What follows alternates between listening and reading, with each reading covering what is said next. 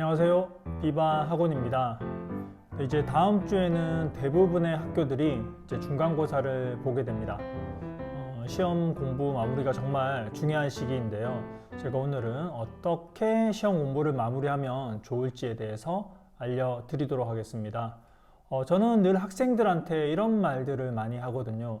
시험 공부는 역삼각형으로 해야 된다. 이게 무슨 말이냐면요. 처음에 내신 대비 공부를 할 때는 많은 양의 문제를 풀고 많은 양의 개념을 정리를 합니다. 그리고 점점 좁혀가는 거죠.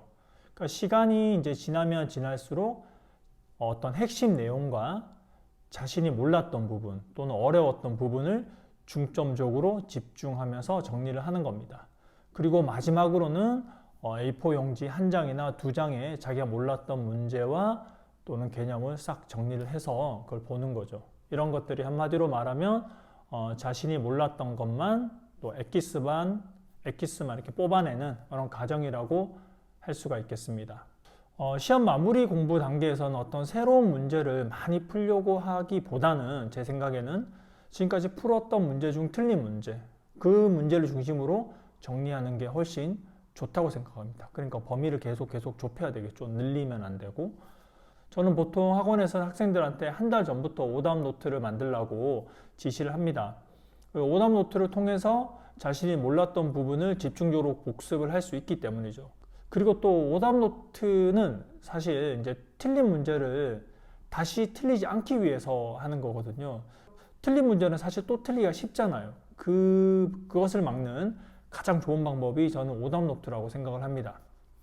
그리고 또 이제 마무리 공부 방법에서 가장 중요한 게 실전처럼 시험을 한번 쳐보는 거거든요. 가능하다면 기출문제를 프린트해서 뽑거나 아니면 요즘에 문제집에는 종합 문제 형식으로 풀어볼 수 있는 문제가 많습니다. 그러면 그런 시험지를 가지고 와서 또 동일한 시간을 설정하고 실제 시험처럼 한번 풀어보는 겁니다. 이렇게 하면은 좀 이제 긴장감을 조절할 수 있는 그런 기능도 향상이 되고 또 시간 관리 능력도 당연히 또 향상이 되겠죠. 시험 당일에는 시험지를 처음부터 끝까지 한번 훑어보고 알고 있는 문제부터 풀어야 됩니다. 모르는 문제는 나중에 풀어야 되는 거죠. 이렇게 하면 처음에 이제 어려웠던 문제들도 문제를 풀면서 전체적인 맥락을 이해하기 때문에 다시 한번 갔을 때 그 문제에 대한 정답이 보이기 시작합니다. 그러니까 똑같은 시험 문제이더라도 쉬운 문제를 앞에 배치하고 어려운 문제를 뒤에 배치하면 점수는 올라갑니다. 그래서 제가 말씀드린 것처럼 의도적으로 쉬운 문제를 먼저 풀고 어려운 문제는 뒤에 풀어야 되죠. 그래서 한번 읽었을 때 모르면 체크하고 넘어가고 아는 문제만 먼저 다 푼 다음에 다시 체크했던 문제, 몰랐던 문제로 다시 이제 돌아가면 되는 겁니다. 지금까지 제가 이제 시험 마무리 공부 방법과 시험 당일에 시험 치는 방법에 대해서 말씀드렸는데요. 다시 한번 요약을 하자면 첫 번째로 공부의 초기에는 넓은 범위를 다루다가 점차 핵심 내용과 어려운 부분을 중심적으로 좁혀가면서 공부를 합니다. 두 번째로는 오답 노트를 활용해서 자주 틀리는 부분을 집중적으로 복습을 합니다. 세 번째로는 실전처럼 시간을 정해놓고 전체 시험지를 푸는 연습을 반드시 해야 됩니다.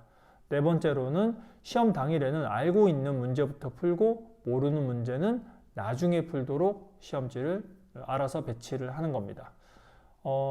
이제 이러한 방법들을 통해서 시험 준비를 마무리하면 저는 효과가 좋다고 생각을 합니다.